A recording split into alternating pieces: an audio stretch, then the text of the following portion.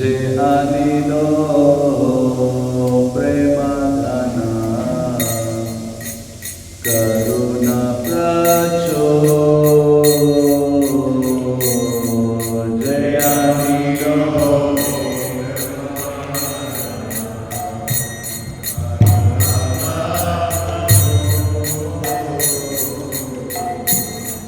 হেন প্রভু কোথা গেলা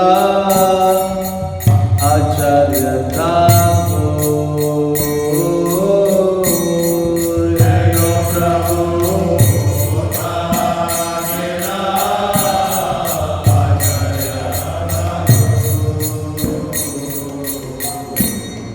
হেন প্রভু কোথা গেলা আচার্য ঠাকুর হেন প্রভু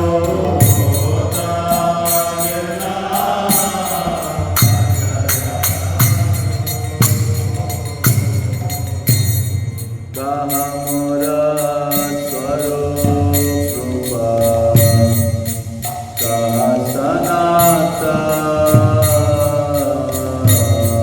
কাহা মোরা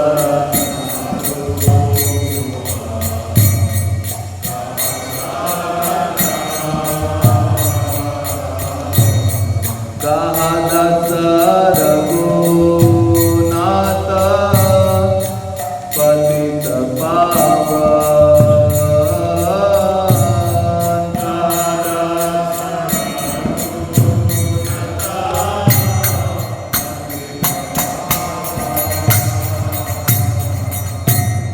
कहा मोरा भट्ट जुगा कहा कबीरा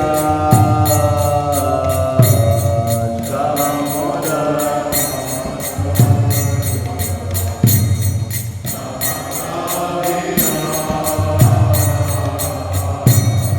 एक काले कोथा गेला गोरा नटारा एक काले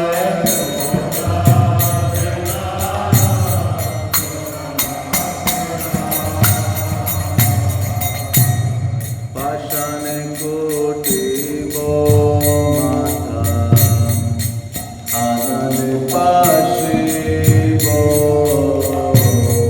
पाषाणे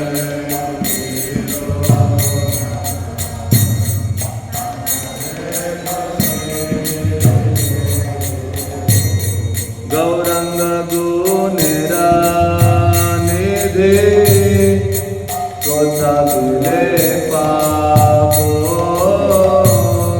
गौरंग गुणेरा निधि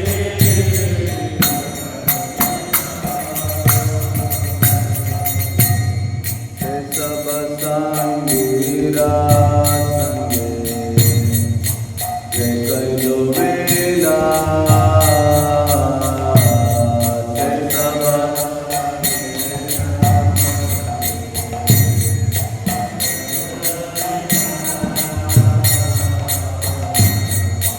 संगना पाया कांदे नरोत्तमा दास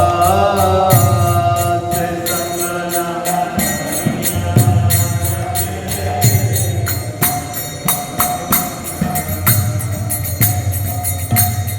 संगना पाया कांदे नरोत्तमा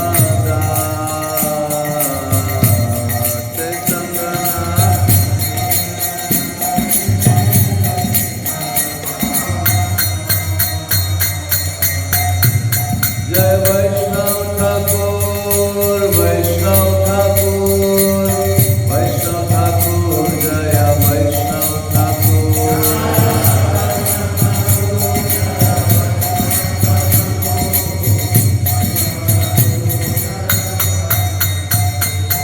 प्रभुपाद प्रभुपाद प्रभुपाद श्रील प्रभुपाद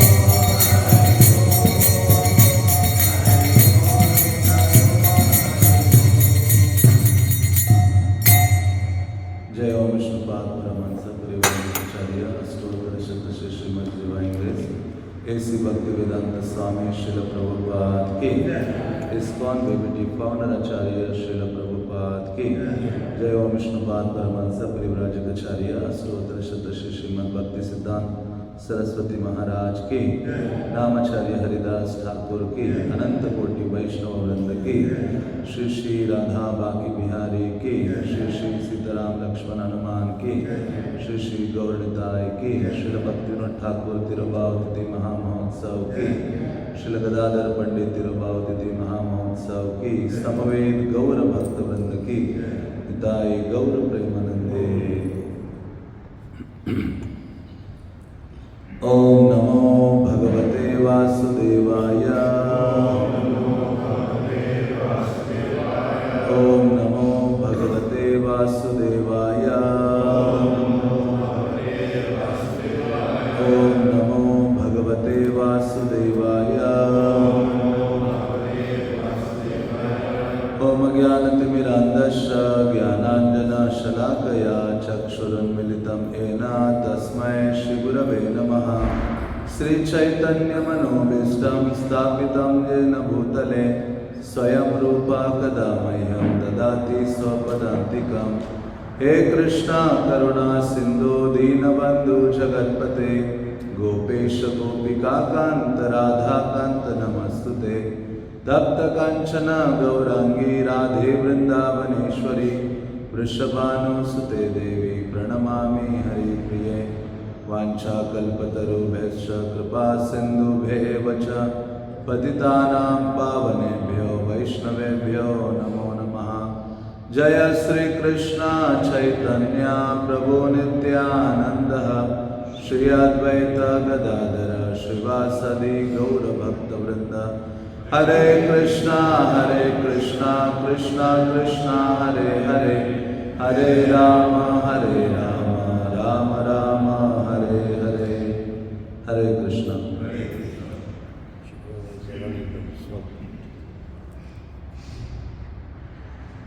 तो आज बहुत ही पावन दिन है। हमारे संप्रदाय के महान जो आचार्यगण हैं श्री भक्तिविनोद ठाकुर और श्री गदाधर पंडित का तिरुभाव तिथि है। Today is a very auspicious day, very special day. Today is the parents' day of our Acharya Bhaktivinoda Thakur and also Gadadhar Pandit. तो शास्त्र कहते हैं कि जिस दिन भगवान के जो महान भक्तगण हैं उनका आविर्भाव और तिरुभाव होता है उस दिन वो आचार्यगण अत्यधिक दयालु हो जाते हैं। It is written in the scriptures that on the appearance and disappearance day of these great acharyas, they become very, very merciful. They offer more mercy to us. और उस दिन वो विशेष रूप से भक्तों पर अत्यधिक कृपा का वर्षाव करते हैं। और यह ऐसा दिन होता है जिस दिन हम उन आचार्यों को डायरेक्ट अप्रोच कर सकते हैं। बाकी अन्य दिनों में हमें परंपरा के माध्यम से उनको अप्रोच करना होता है। So this special day, the acharyas, they give mercy directly and you can even approach them directly on this particular day. And the rest of the days you can't approach them, you have to approach them through the distribution center. Srila Prabhupada कहते हैं कि ऐसे जो आचार्यगण हैं और विशेष रूप से श्रील भक्तिविनोद ठाकुर जिनका जो चरित्र है श्रील रामानंद राय के समान है, जो अलौकिक चरित्र है। जिस प्रकार से चंदन को घिसने से उसकी सुगंध और अधिक बढ़ती है, उसी प्रकार से ऐसे जो महान महाजन हैं उनका चरित्र की चर्चा करने से, श्रवण करने से श्रोता का जो है अत्यधिक कल्याण होता है। So this special day, as we hear the character of Bhaktivinoda Thakur, is very similar to Ramanand Rai. And he was giving the example, just like if you rub the sandalwood with water, it creates more fragrance. So more we try to understand their character, more we know them.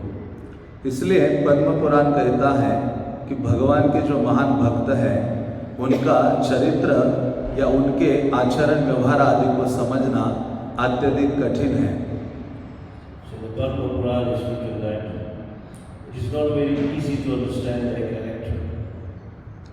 जिस प्रकार से भगवद गीता में कृष्ण कहते हैं जन्म कर्म च मे दिव्यम एवं विवेत्ति तत्वतः, जिस प्रकार से भगवान के जन्म और कर्म दिव्य है, उसी प्रकार से भगवान के जो महान भक्त हैं उनके जन्म और कर्म भी दिव्य है।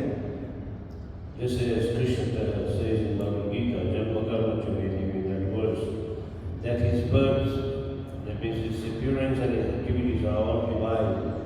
In a similar way, the devotees of Krishna's appearance and their activities are all also divine or transcendental. Padma Purana कहता है न कर्म बंधनम जन्म वैष्णवानाम च विद्यते, वैष्णवों का जो जन्म और कर्म है वो साधारण नहीं है, अलौकिक है, दिव्य है। Dhritarashtra also that appearance and activities of a devotee are very unique, very special and wonderful.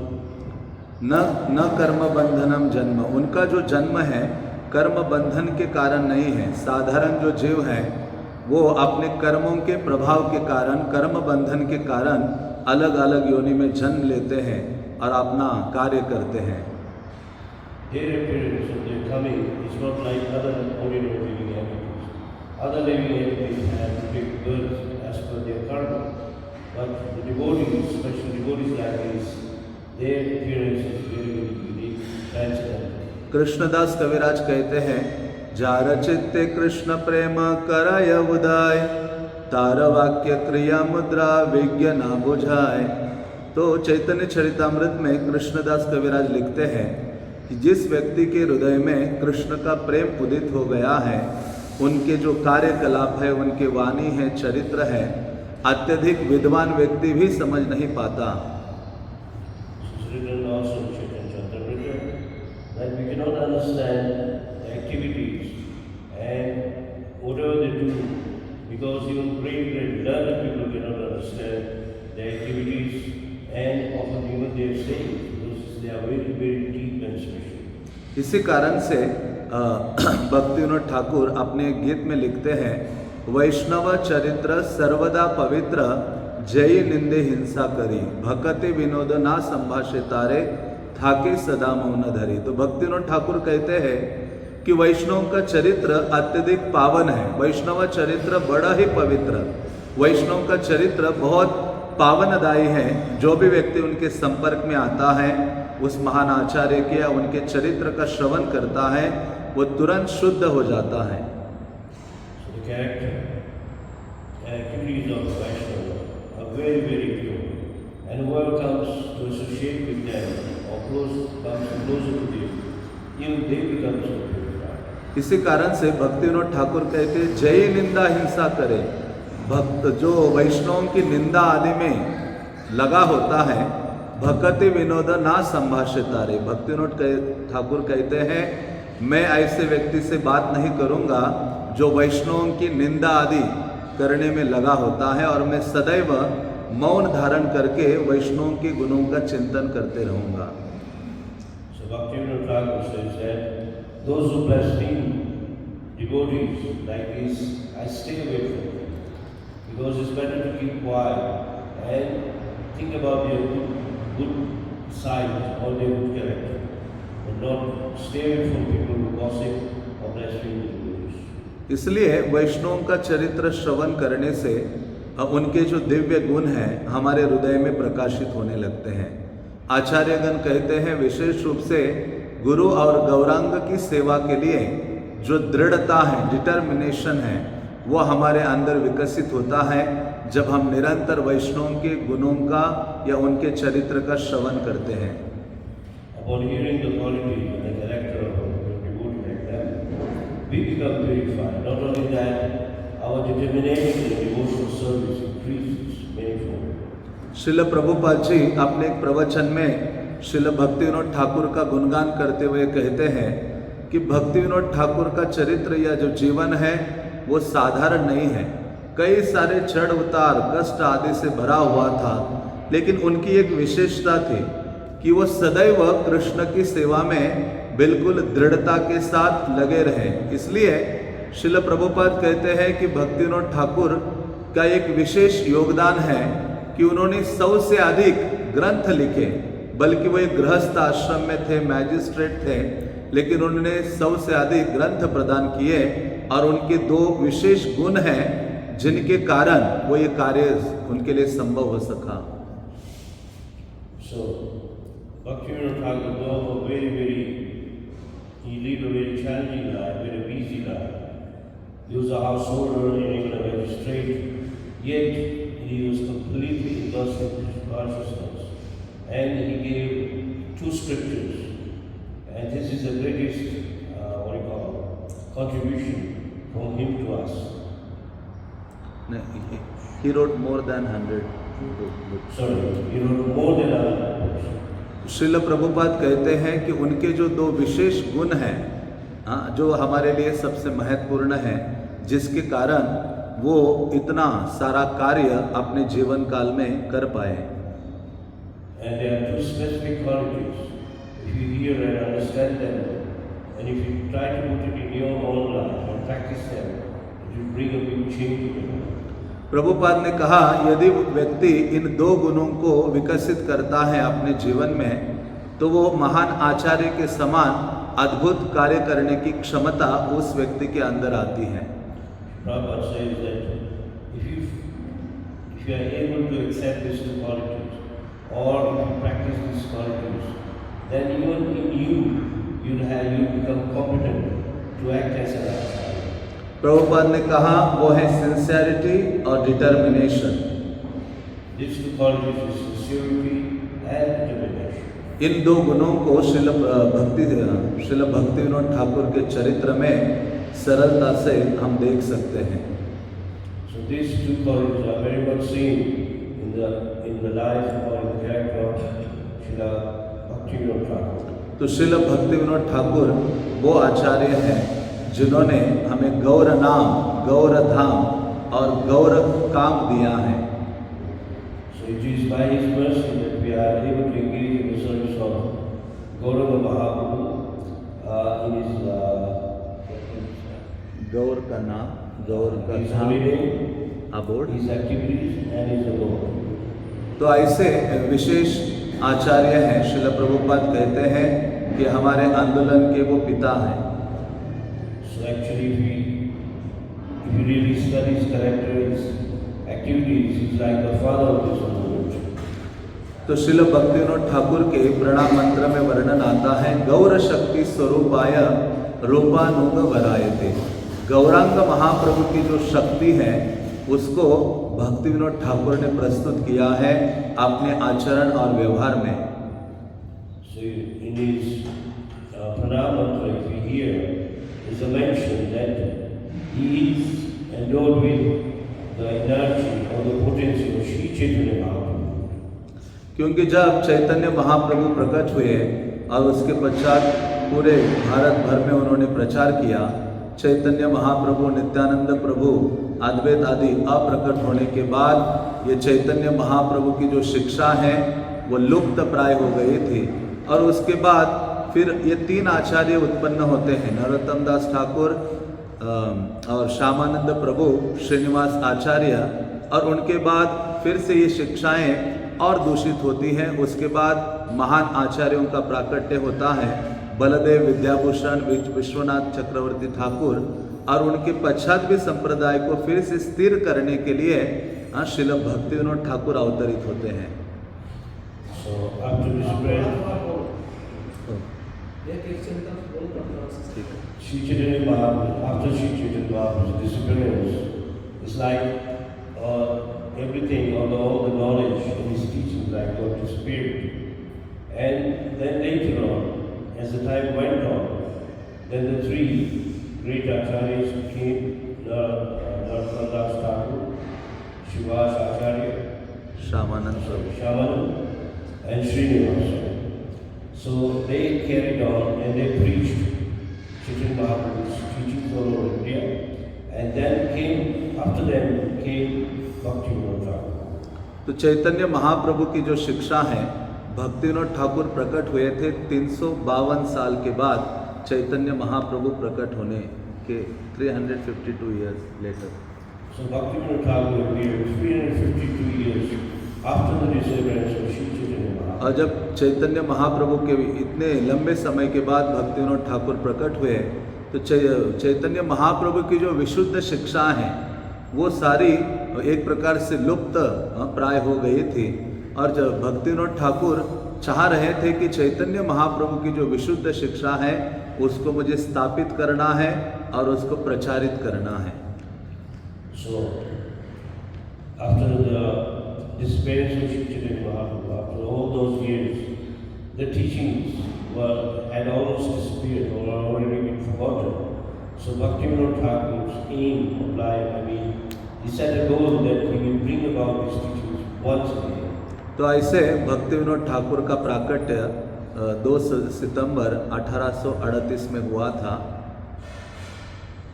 So his appearance was 2 September 1830. 1830। तो भक्तिविनोद ठाकुर के माता पिता का नाम था आनंद चंद्र और जगमोहिनी। So his parents were Ananda Chandra and Jagamohini. तो ऐसे भक्तिविनोद ठाकुर का सारा जो बाल्यकाल है अपने नाना जी के यहाँ बीतता है और वहाँ बीतने के बाद वहाँ उनके नाना जी के यहाँ सारे लोग मांस मदिरा आदि का सेवन करते थे। तो आचार्यगण कहते हैं कि ऐसे स्थान में भक्तिविनोद ठाकुर का प्राकट्य हो गया, इसलिए भक्तिविनोद ठाकुर को कहते हैं दैत्य कुलेर प्रहलाद, मतलब दैत्य कुल में प्रहलाद का जन्म हुआ है।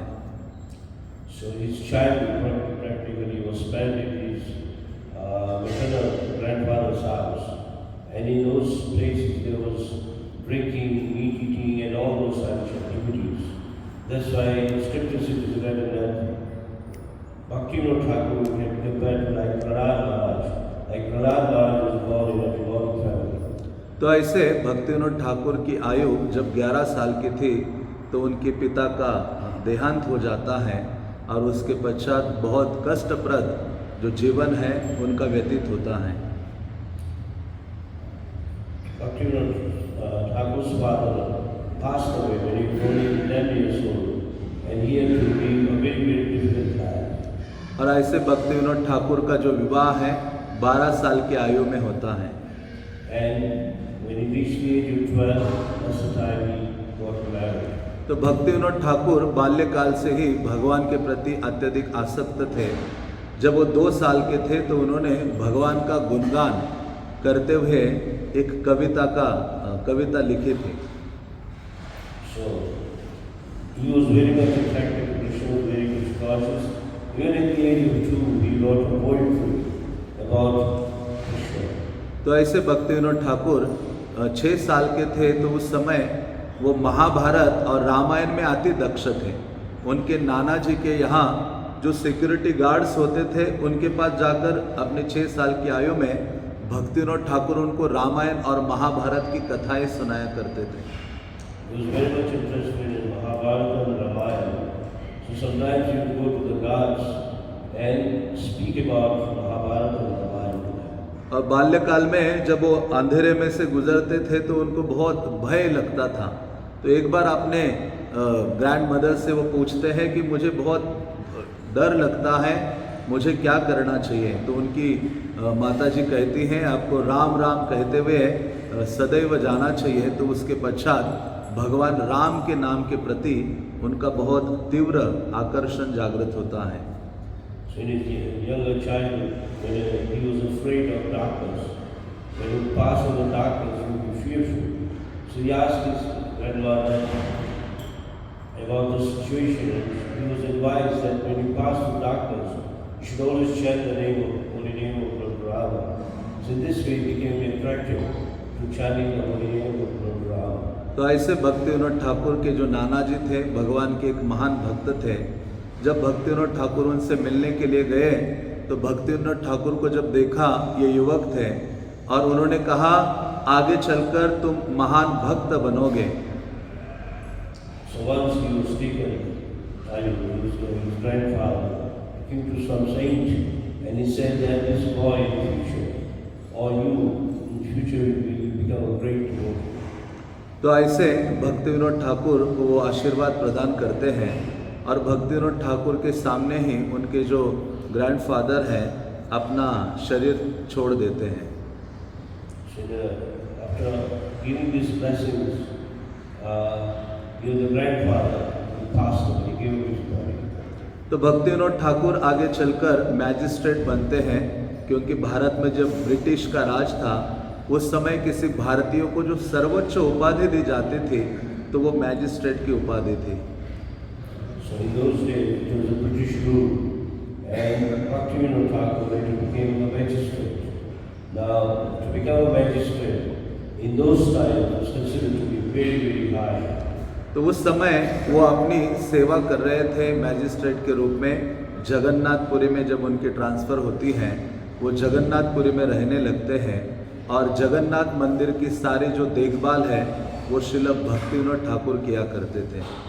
So when he became a magistrate, he got transferred to Jagannath Puri. So along with his duties, he undertook the management of the Jagannath temple. He see all the affairs of the temple. भक्ति विनोद ठाकुर अपने autobiography में लिखते हैं कि मेरे जीवन में जगन्नाथपुरी में जो मैंने 5 साल बिताए वो सबसे आनंददायी थे। He writes in his diary that he stayed 5 years in the Jagannath Puri, and those 5 days were the happiest days of his life. वो कहते हैं कि उन 5 सालों में मुझे 2 कार्य करने का अवसर प्राप्त हुआ।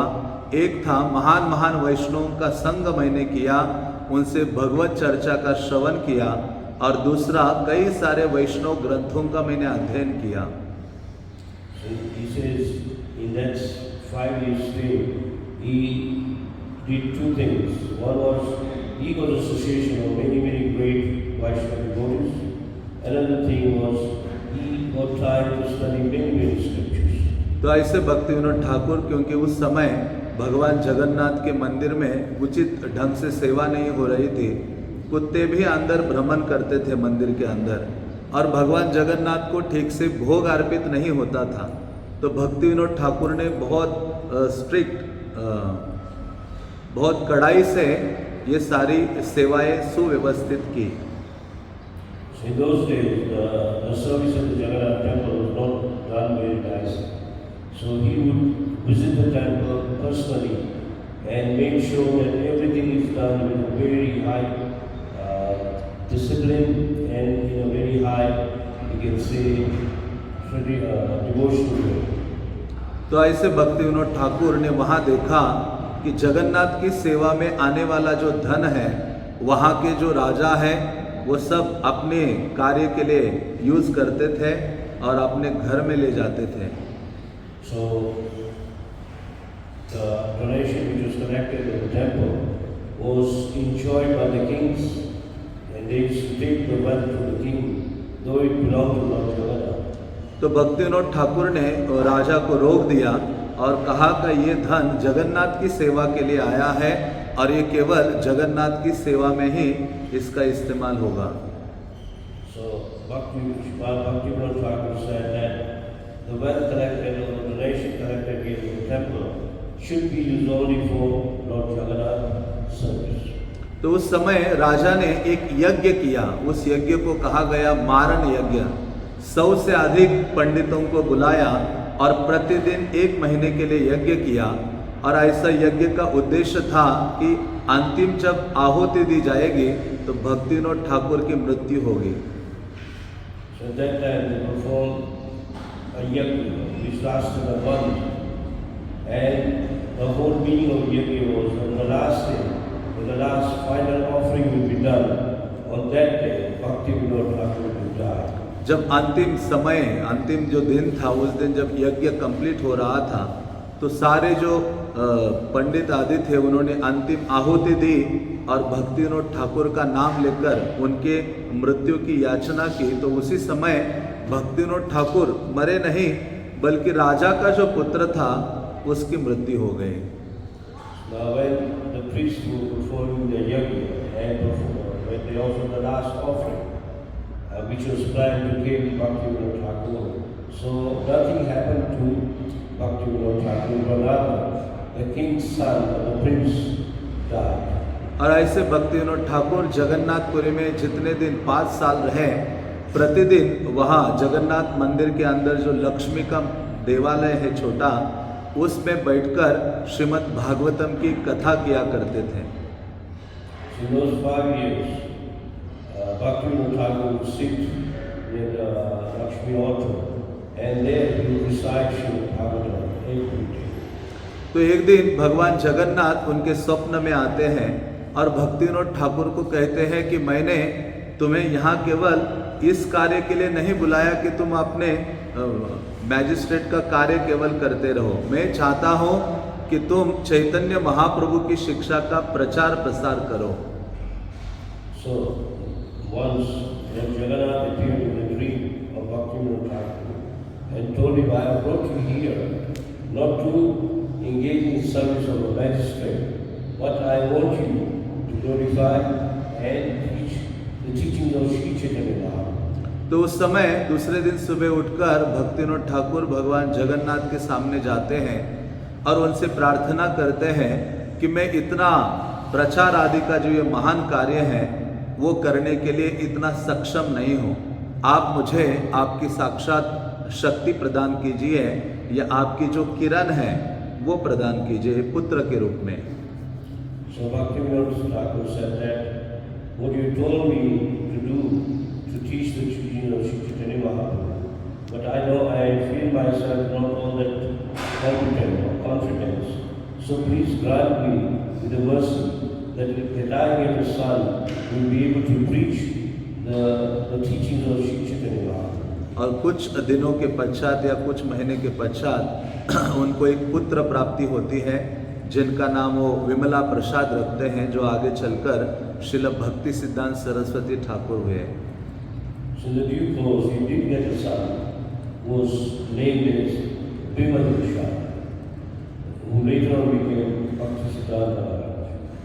इसलिए कहा जाता है यदि भक्ति विनोद ठाकुर को समझना है तो पहले भक्ति सिद्धांत को समझना होगा, और भक्ति सिद्धांत को समझना है तो पहले भक्ति वेदांत को समझना होगा। So in order to understand Bhaktivinoda Thakur, before that we have to understand Bhaktisiddhanta. And if you want to understand Bhaktisiddhanta Maharaj, then we have to understand Bhaktivedanta, which is Prabhupada himself. तो ऐसे भक्ति विनोद ठाकुर एक गृहस्थ होते हुए भी भगवान के भजन में, विशेष रूप से नाम भजन में अत्यधिक डूबे रहते थे। So though he was a full-fledged grihastha, a married person, but he was always engaged in chanting the holy names of the Lord. और इतने अधिक भगवत नाम रूप लीला आदि में मग्न थे कि उनके हृदय में ये भावना जागृत हो गई कि मुझे ये सब छोड़कर वृंदावन में जाकर निवास करना है। So he was so much immersed in chanting the holy names and hearing the pastimes that he thought that I should go to Vrindavan and stay there. तो भक्ति विनोद ठाकुर के हृदय में इस प्रकार के जब विचार थे तो कलकत्ता के पास ही एक स्थान है तारकेश्वर, जहाँ शिवजी का विशाल मंदिर है। तो भक्ति विनोद ठाकुर उस स्थान में निवास कर रहे थे। उस रात्रि में शिवजी उनके स्वप्न में आते हैं और कहते हैं कि भक्ति विनोद, आपको वृंदावन जाने की आवश्यकता नहीं है, चैतन्य महाप्रभु चाहते हैं कि आप नवद्वीप में उनकी सेवा करो, उनके जन्मस्थली आदि का प्राकट्य कराओ। So he was staying in a temple, Talkeshwar. It's Lord Shiva's temple. And one night, Lord Shiva appeared in his dream. He said, there is no necessity, I mean, it's not a must we have to go to Vrindavan. You go to Navadvip and try to find out the appearance place of the Yoga of Sri Chaitanya Mahaprabhu. तो इस प्रकार से भक्ति विनोद ठाकुर वृंदावन जाना रोक देते हैं और वह नवद्वीप धाम में आते हैं और वहाँ आकर निवास करने लगते हैं। So he gave up the plan of going to Vrindavan, but he came to Navadvip and stayed there. और अपना जो ट्रांसफ़र है एज ए मैजिस्ट्रेट वो कृष्णा नगर में करवाते हैं। And then he had his work or his job transferred to Krishna Nagar. जो नवद्वीप के बहुत नज़दीक था और भक्ति विनोद ठाकुर नवद्वीप में निवास करने लगे और एक रात्रि में वहाँ जो रानी धर्मशाला का बिल्डिंग था उसके छत पर गए रात्रि के 10 बजे, और उस समय उन्होंने गंगा के उस पार देखा कि बहुत अधिक प्रकाश निकल रहा है। So while he was staying in Krishnanagar, and where he stays for Rani Dharamshala, he once went up on the roof, and he noticed that on the opposite, the other side of the river Ganges, he saw so much effulgence there. और भक्ति विनोद ठाकुर फिर दूसरे दिन नदी के पार जाते हैं और वहाँ देखते हैं कि सब स्थानों में तुलसी उगाई है और नारियल आदि के पेड़ हैं। तो वहाँ के लोकल लोगों को पूछते हैं कि यहाँ कोई अन्य चीज़ उगती नहीं है, तो लोकल लोग कहते हैं यहाँ केवल तुलसी ही उगती है और इस स्थान का नाम मियापुर है। So next day, Bhakti Vinod Thakur, he went across the river Ganges to see that place, and what he noticed was it was full of tulsi plants and some palm trees. So he asked the residents there, doesn't anything grow here? They said no, only tulsi and mostly tulsi thrives here, and that place is called Miyapur. तो भक्ति विनोद ठाकुर ने कई सारे ग्रंथों का सहारा लेकर और इस बात को स्थापित किया कि ये जो स्थल है श्री चैतन्य महाप्रभु का प्राकट्य स्थल है। So Bhakti Vinod Thakur studied many books and came to understand that this is the place where Shri Chaitanya Mahaprabhu has taken birth. और उस बात को प्रमाणित करने के लिए उन्होंने श्रील जगन्नाथ दास बाबा जी महाराज को उस स्थान में आमंत्रित किया। So in order to prove the authenticity of that place, he invited Jagannath Das Babaji Maharaj, who was brought there to confirm whether this is the right place. तो जगन्नाथ दास बाबा जी महाराज उन दिनों सभी वैष्णवों में सर्वश्रेष्ठ या महान उनको माना जाता था और सभी उनकी आज्ञा का पालन करते थे। ऐसे जगन्नाथ दास बाबा जी महाराज की आयु 100 से अधिक थी, बल्कि वो चल नहीं पाते थे। उनका सेवक सर में एक टोकरी में उनको उठाकर उस स्थान में ले जाता है। At that age, that time, Jagannath Das Babaji Maharaj was very old, and he was most respectable and very much honored. And the problem that he could not walk, so his servant would carry him in a basket on his head.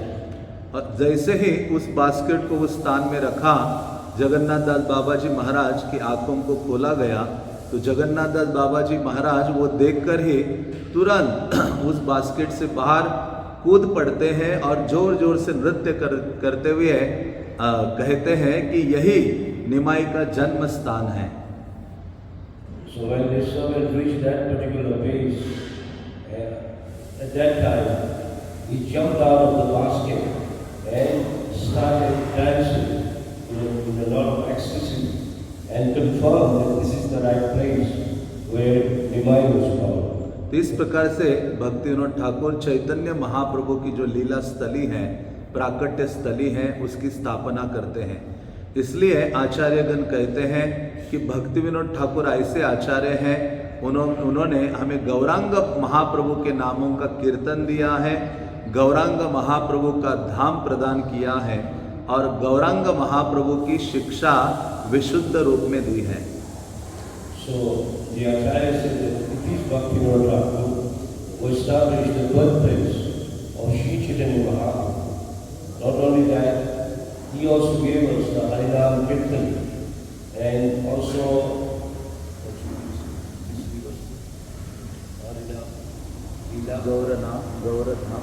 गौर शिक्षा।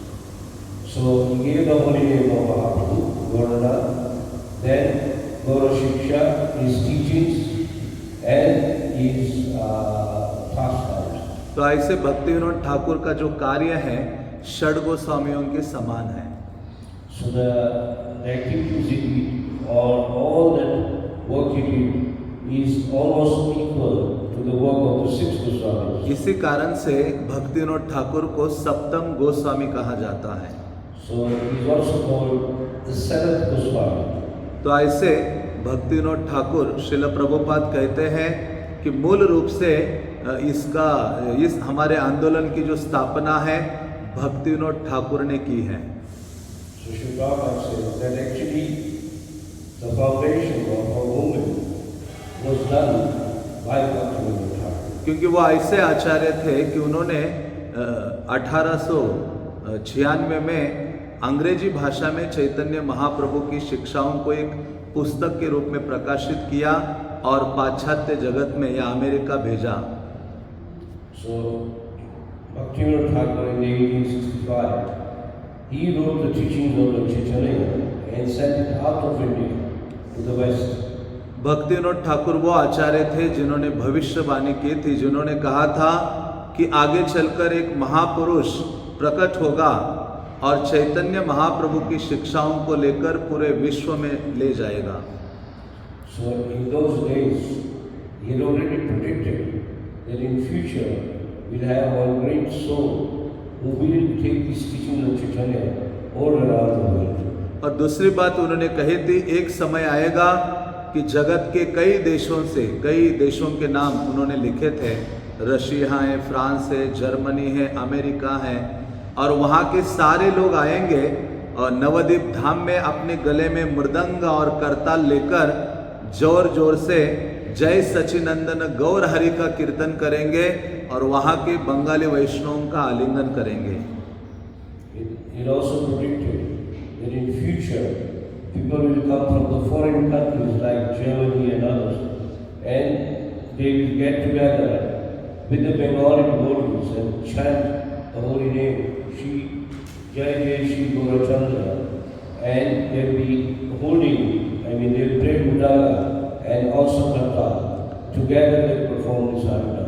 अपने अंतिम समय में भक्ति विनोद ठाकुर ने गौर कृष्णदास बाबाजी महाराज से बाबाजी वेश स्वीकार किया, वैराग्य वेश। So in his final days, he took up the Babaji. Babaji is from Gaur Krishna Maharaj. That is in the final stage. That means he remained alone. तो उस समय उन्होंने अपने परिवार आदि का त्याग किया और एकांत में वो निवास करने लगे। विशेष रूप से जगन्नाथपुरी में उन्होंने एक छोटी सी कुटिया बनाई जिसको नाम दिया भक्ति कुटी, और वो हरिदास ठाकुर का जो समाधि है उसके सामने अकेले दिन रात कृष्ण नाम का उच्चारण करते रहे। So in his final days, he made a small hut not far from, just opposite the kutir of Haridas Thakur, and there day and night he remained close with that small kutir, which is called Radha Kutir, and he would chant day and night. और उन्होंने आगे चलकर नवद्वीप में गोद्रम द्वीप में एक घर का निर्माण किया जिसको स्वानंद सुखद कुंज कहा जाता है, और वहाँ उन्होंने एक ऐसे छोटा सा कमरा बनाया, उस कमरे में केवल एक ही व्यक्ति बैठ सकता है और एक दीप रख सकता है, और उस कमरे का जो दरवाज़ा बहुत थिक था, 1 फीट मानो थिक था, और उसको बंद करके अंधेरे में पूरे रात भक्ति विनोद ठाकुर हरे कृष्ण महामंत्र का जप करते थे। वहाँ के लोकल लोग उन दिनों कहा करते थे कि रात्रि भर ऐसी आवाज़ें आती थी मानो भक्ति विनोद ठाकुर रो रहे हैं और भगवान को पुकार रहे हैं, हा कृष्ण हा Krishna. So that kutir was very small. It's just like one person can sit, and maybe like a lamp. So he sat in that place with closed doors, and he was continuously chant. Not only chant, he would actually weep for Krishna. So people around could hear him that he was crying for Krishna. तो ऐसे भक्ति विनोद ठाकुर का बहुत सारा योगदान है हमारे आंदोलन के लिए। श्रील प्रभुपाद ने उनके जो गीत हैं वो हमारे लिए प्रदान किए हैं। हम प्रत्येक प्रवचन की शुरुआत में भक्ति विनोद ठाकुर द्वारा प्रदत्त जय राधा माधव उसका गान करते हैं। So he had done major so much contribution for this movement, and Sri Prabhupada acknowledged that his songs, his bhajans, like one bhajan we sing every day is Jai Radha Madhava.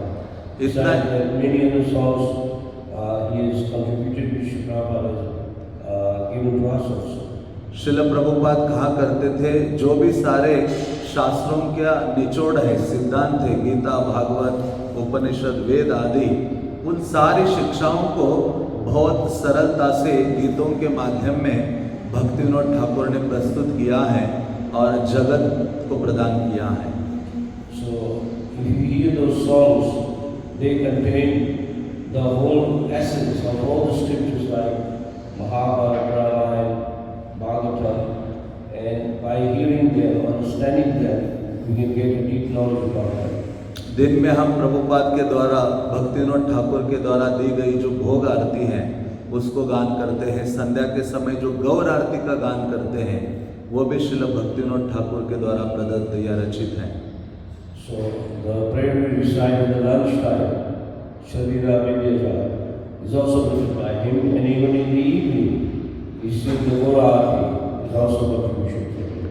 तो ऐसे भक्ति विनोद ठाकुर भगवान की नित्य लीला में कमल मंजरी हैं, जो ललिता सखी के माध्यम से श्रीमती राधा रानी की सेवा करती हैं।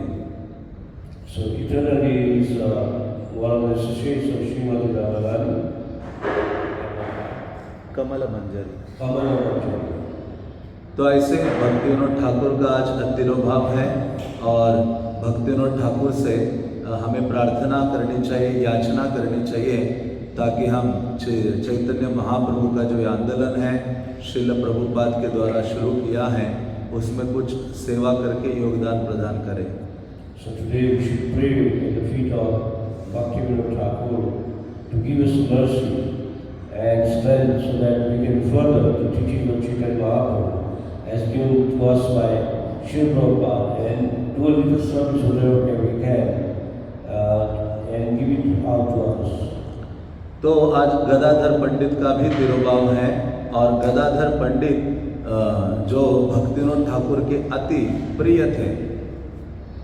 So today is also the secretary of Gadadhar, and who was also very dear to Bhaktivinoda Thakur. क्योंकि शास्त्र कहते हैं श्री राधार प्रकाश मूर्ति श्री गदाधर, राधा रानी की साक्षात श्रीमती राधा रानी गौर लीला में गदाधर पंडित के रूप में आविर्भूत हुई है।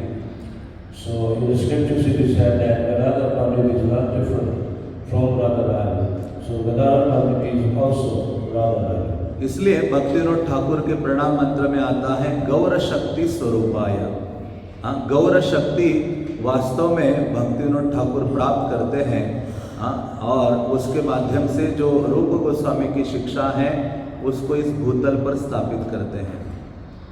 So in the teachings he speaks about, in his mantra, the name of Radharani is given about for Gadadhar Pandit, being a direct Radharani of himself. तो ऐसे गदाधर पंडित की कई सारी लीलाओं का वर्णन चैतन्य चरितामृत, चैतन्य भागवत आदि ग्रंथों में प्राप्त होता है। और गदाधर पंडित के बारे में कहा जाता है कि बाल्यकाल से ही अत्यधिक विरक्त थे और भगवान के प्रति बहुत प्रगाढ़ उनकी आसक्ति थी। So Gadadhar Pandit, right from the very young age, was very much attracted to Krishna, and always he was like glorifying Krishna. जब चैतन्य महाप्रभु गया जाकर वापस आते नवद्वीप में और अपनी महाभाव प्रकाश लीला को प्रकट करते हैं, कृष्ण के लिए, कृष्ण के विरह में व्याकुल होकर नवद्वीप में कृष्ण के लिए रोते हैं, तो उस समय एक लीला घटित होती है जहाँ एक दिन गदाधर पंडित एक तांबुल लेकर चैतन्य महाप्रभु के पास आते हैं। When Chaitanya Mahaprabhu returned from Gaya, and at that time one pastime took place in which Gadadhar Pandit is also in it, in which he took one bitter leaf and came to Chaitanya Mahaprabhu. तो चैतन्य महाप्रभु निमाई के रूप में नवद्वीप में थे और कृष्ण से बहुत अधिक विरह अनुभव कर रहे थे, कृष्ण का नाम लेकर रो रहे थे। और उस समय गदाधर सामने आए तो गदाधर को कहते हैं, कोथाय कृष्ण, कोथाय कृष्ण, कृष्ण कहाँ है, कृष्ण कहाँ है, और महाप्रभु रो रहे हैं। So in that pastime we find that Nimai Pandit was crying and crying, chanting the holy name of Lord Krishna. At that time he was also, asking, where is Krishna, where is Krishna? So at that time, Gadadhar Pandit appears there. और गदाधर पंडित उनको कहते हैं कृष्ण तो आपके हृदय में है। जैसे ही निमाई ये सुनते हैं, अपने नाखूनों के द्वारा अपना जो ये वक्ष स्थल है उसको फाड़ने लगते हैं। So when Gadadhar Pandit told Nimai, Chaitanya Mahaprabhu, that Krishna is in your heart, so when he was told like that, with his nails he started tearing his chest. जब गदाधर पंडित ने ये देखा तो गदाधर पंडित अवाक होकर उनको कहते, नहीं नहीं रुको रुको, कृष्ण अभी आने वाले हैं आपसे मिलने के लिए। And when Gadadhar Pandit noticed that this is very serious, he told him, no, you wait, Krishna is going to come. तो ये सब चीजें निमाई की माता सची माता देख रही थी कि किस प्रकार से गदाधर की बात को निमाई सुनते हैं, पालन करते हैं। तो सची माता ने कहा, हे गदाधर, इससे आगे सदैव आप निमाई के साथ ही बने रहना पूरे जीवन काल। So when Sachi Mata saw this incident, that Lord Chaitanya, so Nimai Pandit, is hearing or obeying Gadadhar Pandit, he advised Gadadhar Pandit to always take care of his son. तो तब से गदाधर पंडित सदैव महाप्रभु के निकट होते थे। और जब चैतन्य महाप्रभु ने संन्यास लेने की बात सोची तो उस समय चैतन्य महाप्रभु ने नित्यानंद प्रभु, मुकुंद, गदाधर आदि को कहा कि मैं संन्यास लेने वाला हूँ। और गदाधर को जब कहा कि मैं संन्यास ग्रहण करने वाला हूँ तो और शिखा सूत्र आदि का त्याग करने वाला हूँ। So the devotees, they associated very closely. And Chaitanya Mahaprabhu had already decided he was going to take sannyas. And he told many of his associates. And when Gadadhar Pandit was heard this, what happened?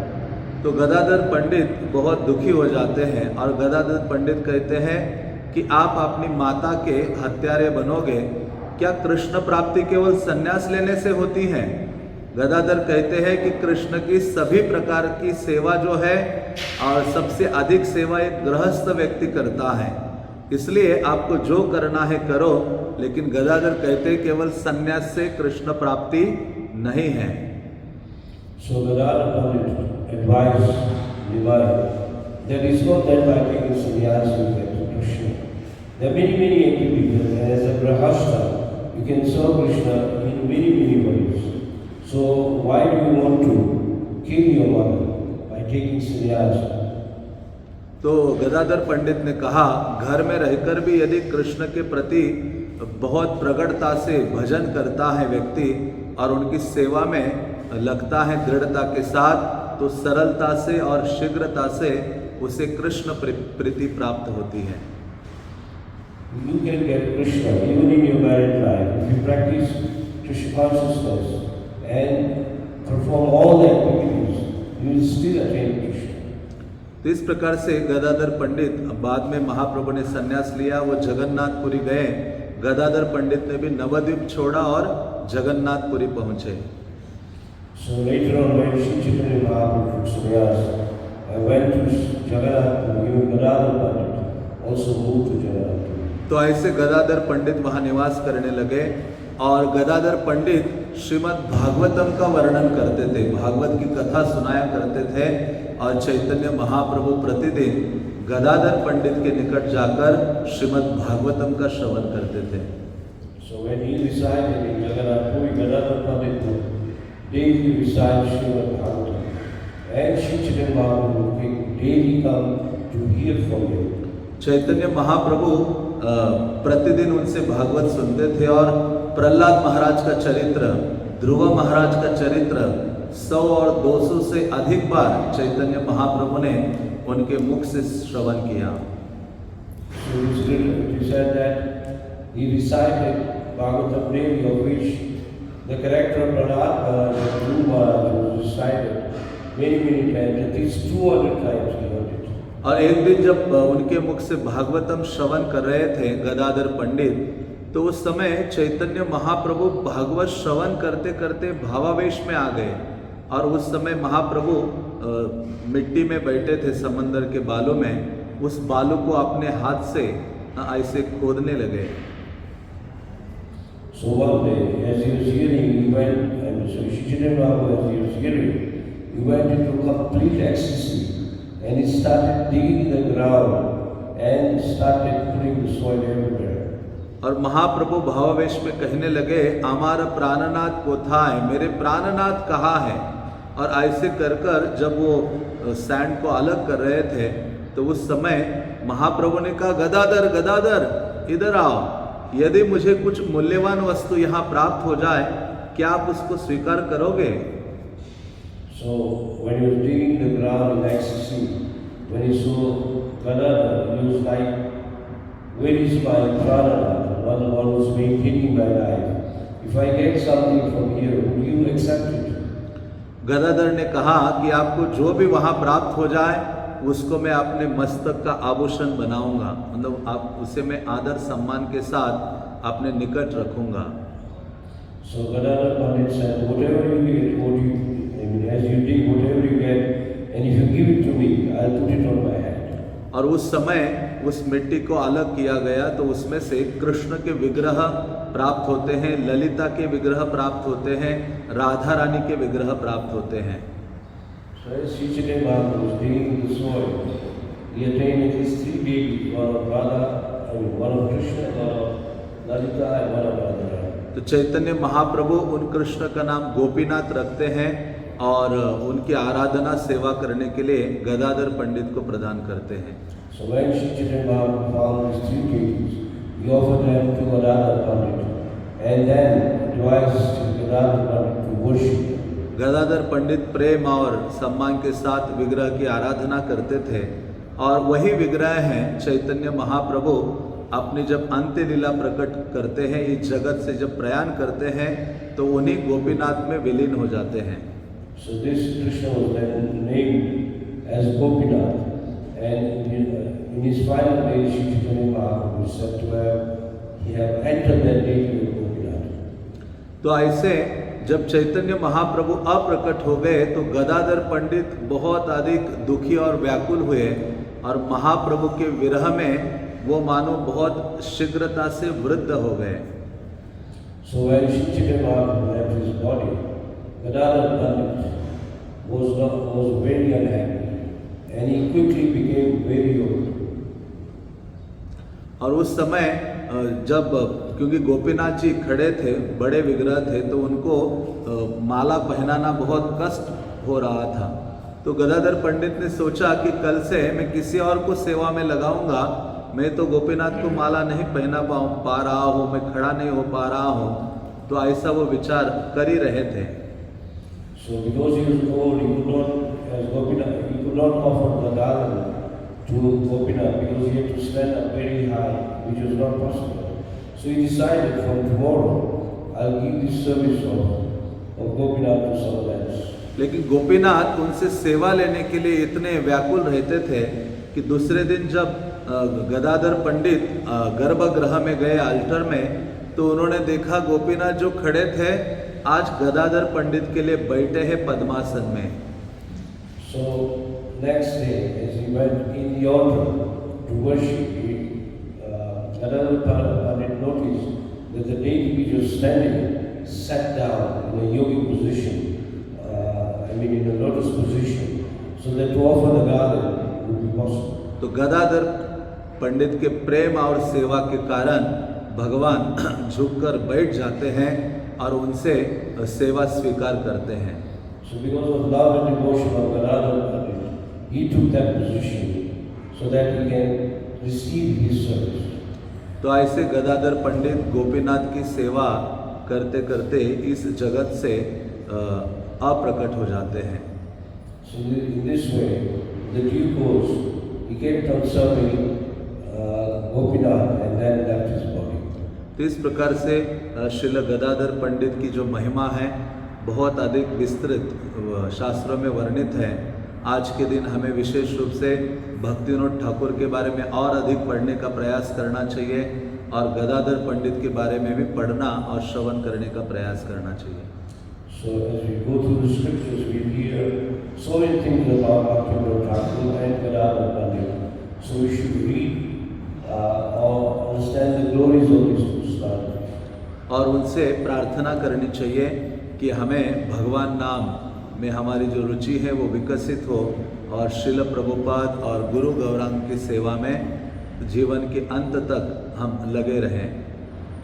Not only that, we should pray to them that our attachment to the holy name increases, and we also increase our service to Srila Prabhupada and Sri Gauranga. तो मैं कृतज्ञता व्यक्त करता हूँ ISKCON Nairobi management का, जिन्होंने मुझे अवसर प्रदान किया भगवान की चर्चा कथा करने का, विशेष रूप से हिज ग्रेस उमापति प्रभु, हिज ग्रेस श्री गौरांग प्रभु और हिज ग्रेस गोविंद प्रेम प्रभु आदि वैष्णवों का। So Prabhu is showing his appreciating the Dharma Temple is giving him this opportunity to glorify both the personality of this particular day, and especially appreciates Mahapati Prabhu, Sri Gauranga Prabhu and Govinda Prabhu. तो इसके साथ मैं यहाँ विराम देता हूँ। हरे कृष्णा। किसी की कोई समीक्षा, कमेंट या कुछ हो तो आप बता सकते हैं। Stopping the class here, is asking if anyone has any questions, please ask, or any inquiry.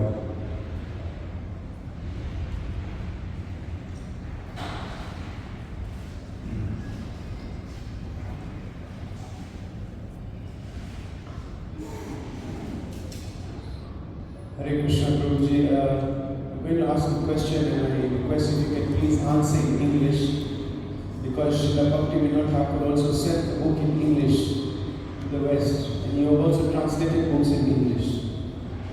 So how can we please Srila Bhaktivinoda Thakur, if you can just speak, for the English audience, on this particular day, how can you please Srila Bhaktivinoda Thakur? Pleasing Bhaktivinoda Thakur means pleasing Vartaman Acharyas and Srila Prabhupada, following the orders and teaching of Srila Prabhupada. In this way you can easily please Srila Bhaktivinoda Thakur. It's very necessary and important to understand the Srila Prabhupada's teaching and follow in our life, and then easily we can please Bhaktivinoda Thakur. We can't please him directly in the way. By pleasing Srila Prabhupada, we can please Srila Bhaktivinoda Thakur. This is a simple and sublime way. Okay, in the beginning of the class you mentioned that Bhaktivinoda Thakur was born in a family and the family was kind of eating flesh. Yeah, his mother's side family was there. They are doing karma kandas, killing the buffaloes and goats, following the some karma kanda tradition. And after that, they are with these pandits and their family. They are eating this non-veg.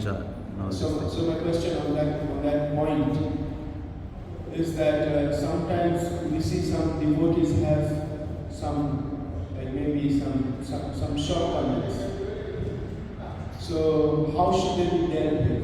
How should you deal when you see a devotee has a shortcoming? How should you deal with that devotee? We have to support him, and slowly we should understand because he is in a practice of Krishna consciousness, and if he is practicing slowly and steadily, one day will be there that shortcomings will go away.